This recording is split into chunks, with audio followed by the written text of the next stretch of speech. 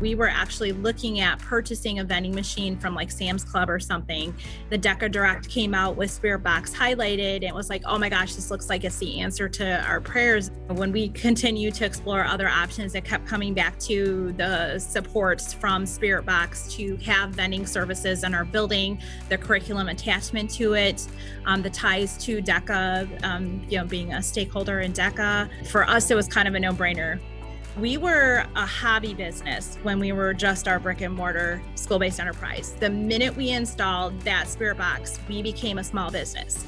The coolest part is the telemetry. The kids really love being able to dig down into the telemetry and see what our real-time sales are and look at, compare the cash to cashless sales, because of course we're primarily a cash-based school district. The flexibility of the machines themselves.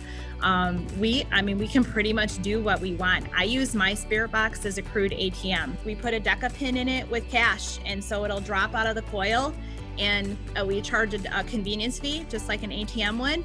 The completeness of the entire program is, it's what makes it helps us be so successful. It elevates the kids to that real world platform, and it's every kid who has touched the vending machine falls in love with it and wants to be, super involved in that part of what we do in our school-based enterprise.